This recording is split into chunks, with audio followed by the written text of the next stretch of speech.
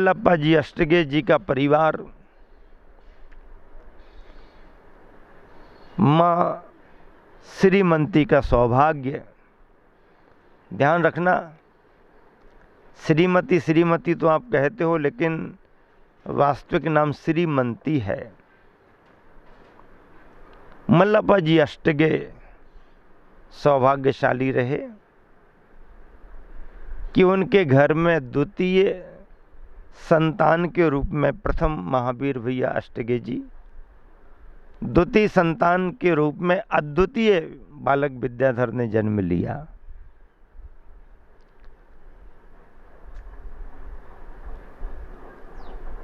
गुरुवर आचार्य श्री को अपने जन्म से और जन्म से जुड़ी भावनाओं से कोई लेना देना नहीं है। वो ऐसे निष्प्रह, निराले और विरले साधक हैं कि जिनको इन सब से कोई प्रयोजन नहीं।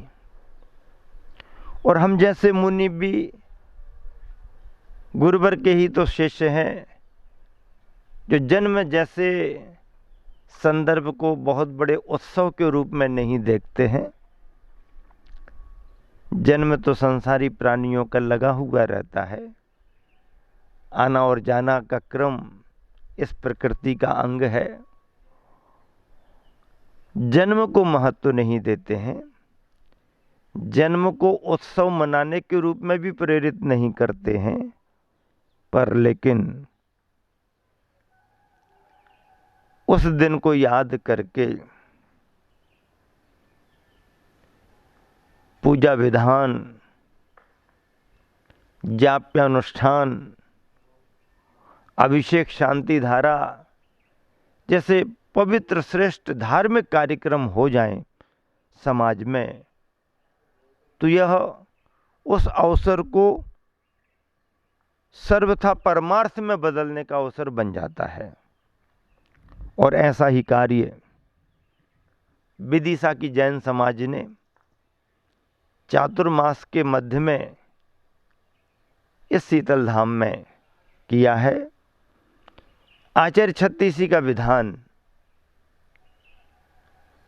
गुरुवर आचार्य श्री की पूजा, पाठशाला के बच्चे, महिला मंडल, इतने सारे ब्रह्मचारी, बाल ब्रह्मचारी भैया, इतने सारे व्रती श्रावक श्राविकाएं, समाज सेवी कार्यकर्ता, श्वेतांबर समाज के प्रतिनिधि उपस्थित हुए,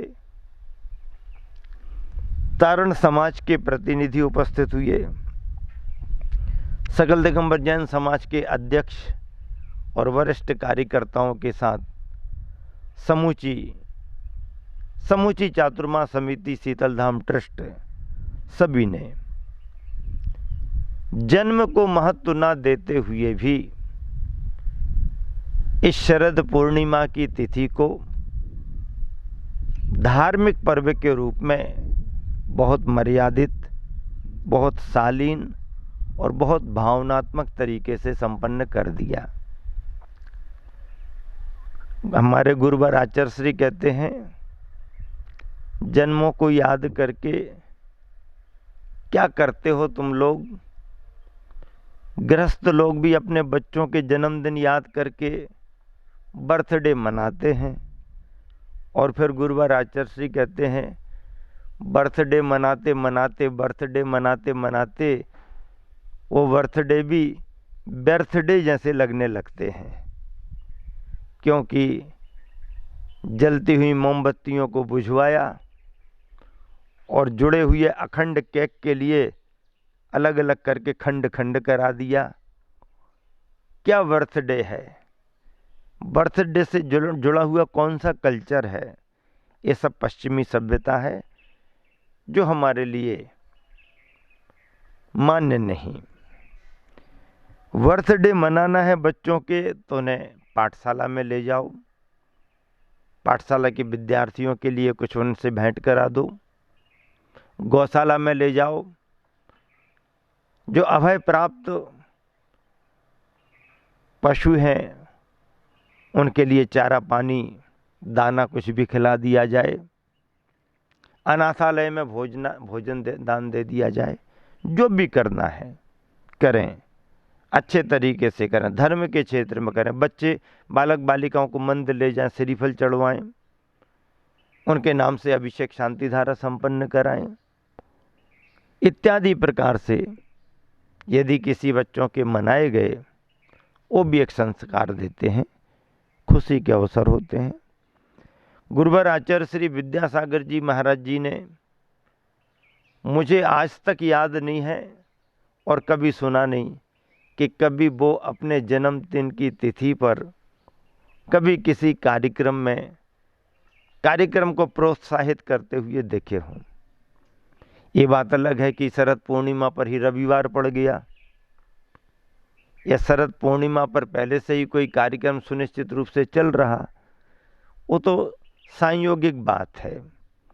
गुरुवर आचार्य श्री का सैद्धांतिक रूप से कहना है, पंचम काल में जन्म होते हैं, साथी से पुण्य लेकर के तो इस काल में चतुर्थ काल जैसे कौन आ पा रहे हैं। पंचम काल है, सम्यक दर्शन तक भी भूमिका के रूप में नहीं आ पा रहा। ऐसे मिथ्यात्व और अज्ञानता में जन्मे हुए हम और आप जन्म दिवस को क्या महत्व दें। लेकिन जन्म लेने के बाद यदि रत्नत्रय के मार्ग पर कोई भव्य आत्मा आगे बढ़ गई है, तो उसकी साधना को नमन करते हुए, उसके रत्नत्रय का स्मरण करते हुए, उन्हें आदर्श मान करके, उन्हें जिन शासन के प्रतिनिधि मान करके हम और आप उनका गुणगान करते हैं। गुणगान करना भी चाहिए, गुणगान करने में कोई बाधा नहीं है। मैं बहुत प्रसन्न हूँ, बहुत हर्षित और आनंदित हूँ कि अपने गुरुवर का स्मरण करते हुए उनके दीर्घ जीवन की इस तपस्या को, उनके विशाल व्यक्तित्व को, उनके उदार हृदय को, उनकी अपार करुणा को हम और आप सब समझ रहे हैं। उन्होंने प्रत्येक प्राणी पर कृपा की है। उनकी कृपा की कोर पा करके, उनकी करुणा को प्राप्त करके, उनकी शरण को प्राप्त करके हम जैसे अनगिन भव्यात्मा मोक्ष मार्ग में लगे हुए हैं। इसीलिए इसी कृतज्ञता का भाव अनुभूत करते हुए अपने गुरुवर को स्मरण किया जा रहा है। वर्तमान में गुरुवर आचार्य श्री चतुर्मास के मध्य इंदौर जैन नगर कॉलोनी में विराजमान हैं। उन्हीं के आशीर्वाद से, उनकी वरदानी छाँव तले, उनके ही आभा मंडल में हम लोग एलक निश्चय सागर जी और मैं स्वयं यहाँ पर चातुर्मासरत हूँ। अनेक ब्रह्मचारियों का सहयोग है, नित्य प्रति स्वाध्याय होता है। यहाँ पर सभी कार्यकर्ता गुरुवर आचार्य श्री के चतुर्मास को याद करते हैं 2014 के, और संस्मरण सुनाते हैं। राजेंद्र जी, शोभा जी एक दिन सुना रहे थे कि आचार्य श्री का शीतल धाम से चतुर्मास में बार बार बाहर आना जाना नहीं हुआ, लेकिन उनको स्वयं चतुर्मास के मध्य अपने घर पर पड़गाहन करके आहार दान कराने का अवसर मिला। एक संदर्भ इनके साथ जुड़ा, दूसरा संदर्भ चतुर्मास के मध्य ही शीतल सागर महाराज जी जो संग में हैं, जब वह घर में ही थे, ऋषि भैया के नाम से जाने जाते थे, सुरेश सत भैया का परिवार एक बार उनके पड़गाहन से उनके घर पर आहार का योग बना। ऐसे प्रेरक और प्रभावित करने वाले संदर्भ सभी हम लोगों के ख्याल में है, संज्ञान में है। शरद पूर्णिमा को याद करके पिछले वर्ष वर्णी भवन मोराजी में संस्कृत की प्राध्यापिका और पंडित दयाचंद जी साहित्याचार्य, जो मोराजी वर्णी भवन विद्यालय के प्राचार्य भी रहे हैं, उनकी बेटी बाल ब्रह्मचारिणी डॉक्टर किरण जैन के लिए भी, उनके स्वाध्याय के लिए, उनकी सरलता के लिए संत शिरोमणि पुरस्कार प्रदान किया गया था। इस वर्ष भी संत शिरोमणि पुरस्कार की चर्चा चली। और संत शिरोमणि पुरस्कार देने वाले विद्वान को याद करना जरूरी है। पंडित दरबारी लाल जी जैन ललितपुर के बरनी इंटर कॉलेज के बहुत अच्छे व्याख्याता रहे हैं, विद्वान रहे हैं। गुरुवर आचार्य श्री के संग के लिए उनका परिवार पूरा समर्पित रहा। और वही पंडित जी, उनके बेटे अजय, दोनों भाई आदि ने प्रयास किया। उनकी बहन ममता और दामाद उनके जीजाजी advocate J D Jain Bahubali colony Sagar वालों ने यह भाव रखा और वो अपनी तरफ से प्रतिवर्ष ऐसा करना चाह रहे हैं। मैंने भी अनुशंसा कर दी कि भाई अच्छे काम के लिए करो। तो पिछले वर्ष डॉक्टर किरण जी के लिए एक तरह से प्रोत्साहन दिया गया साहित्य सेवा के लिए, और इस वर्ष सुरेश सरल जी जबलपुर साहित्यकार हैं, जीवन में काफ़ी उन्होंने सेवा दी है, साहित्य लिखा है, कथाएं लिखी हैं। गुरुवर आचार्य श्री पर विद्याधर से विद्यासागर की एक लघु कथा लिख कर के उपन्यासात्मक शैली में एक अद्भुत कार्य किया। उस नेक कार्य के लिए उस वृद्ध और साहित्य सेवा में तो हमेशा जवान और जवानी का अनुभव करने वाले ऐसे सुरेश सरल जी को भी इस बार आशीर्वाद मिला है, और वह जो परिवार विद्वान दरबारी लाल जी की स्मृति में ये पुरस्कार देते हैं, उस परिवार के द्वारा सरल जी को ये साहित्य सम्मान सामग्री प्रदान की जाएगी। इत्यादि प्रकार से बहुत बहुत आशीर्वाद, क्योंकि कोरोना का काल चल रहा है, आना जाना सभी का हो नहीं पा रहा है। मैं बहुत खुश हूँ इस बात को लेकर के कि शरद की ज्योत्सना प्रकृति के रूप में भी सभी को प्रभावित करती है, हर्षित करती है और आनंदित करती है। ये चंद्रमा की चांदनी सभी को लुभाती है। गुरुवर आचार्य श्री का व्यक्तित्व भी इस प्रकृति के चंदा से भी हजार हजार लाख लाख गुना ज़्यादा चमकदार है। उनकी ज्योत्सना में शीतलता है, उनकी ज्योत्सना में शांति और समता का आनंद लिया जा सकता है। ऐसे गुरुवर आचार्य श्री को प्रणाम करते हुए सागर बूंद समाये के इन संदर्भों को, बूंद बूंद में सागर समाया हुआ है और सागर बूंद बूंद से मिलकर के बना है। गुरुवर आचार्य श्री का दोहा उनके ही चरणों में आज इस अवसर पर समर्पित कर रहा हूँ। बूंद बूंद के मिलन से जल में गति आ जाए, बूंद बूंद के मिलन से जल में गति आ जाए, सरिता बन सागर मिले, सरिता बन सागर मिले, सागर बूंद समाए, सरिता बन सागर मिले, सागर बूंद समाए। ओ चंदा तू अपनी चांदनी को देखकर इतना इतरा मत, क्योंकि मुझे मालूम है कि तू केवल रात में चमकता है। ओ चंदा, ओ रे चंदा, तू अपनी चांदनी को देख करके इतना इतरा मत, क्योंकि मुझे मालूम है कि तू केवल रात में ही चमकता है। लेकिन मैंने एक ऐसे चंदा को भी देखा है जो केवल रात में ही नहीं चमकता, बल्कि दिन रात 24 घंटे चमकता रहता है, 24 घंटे जिसका तेज दमकता रहता है। ऐसे चंद्रमा को, ऐसे चंद्रमा के प्रतीक गुरुवर आचार्य विद्यासागर जी को मैं बार बार नमन करता हूँ और उनके दीर्घजीवी होने की कामना करता हूँ। गुरुवर यशस्वी रहें, गुरुवर इसी तरह के तपस्वी रहें, निरंतर अपनी तपस्या को बढ़ाते रहें और जितनी उनकी उम्र है उस उम्र में हमारी तुम्हारी सबकी उम्र लगे।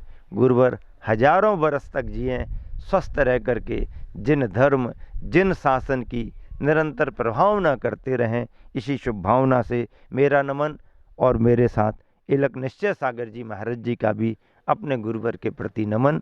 महावीर भगवान की जय। सागर बूंद समय में जो साधना के सूत्र चल रहे हैं उनमें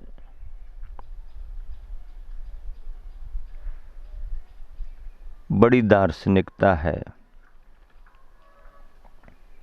आध्यात्मिकता तो है ही। गुरुवर आचार्य श्री कह रहे हैं, बाहर आने पर भीतर से नाता टूट जाता है। बाहर आने पर भीतर से नाता टूट जाता है। जो भीतर की ओर दृष्टि रखता है वह धन्य है। हमारा उपयोग जब भी बहिर्मुखी होता है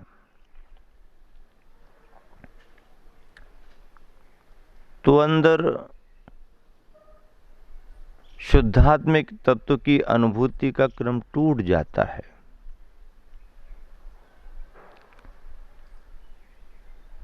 इसीलिए अंतरंग के अनुभव पर जोर देते हुए गुरुवर कहते हैं कि जो भीतर की ओर दृष्टि रखता है वह धन्य है।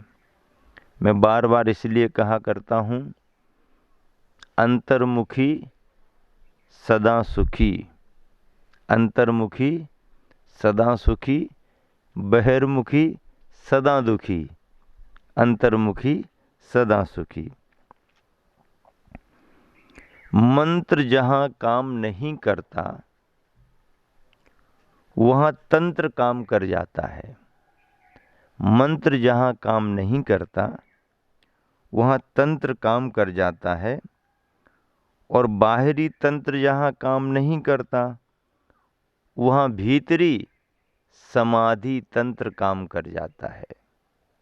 अंदर का, भीतर का, समाधि का तंत्र काम कर जाता है। मंत्र की अपनी सीमा है, और जहाँ पर मंत्र काम नहीं कर पा रहा वहाँ पर तंत्र, मशीनें, यंत्र काम कर जाती हैं।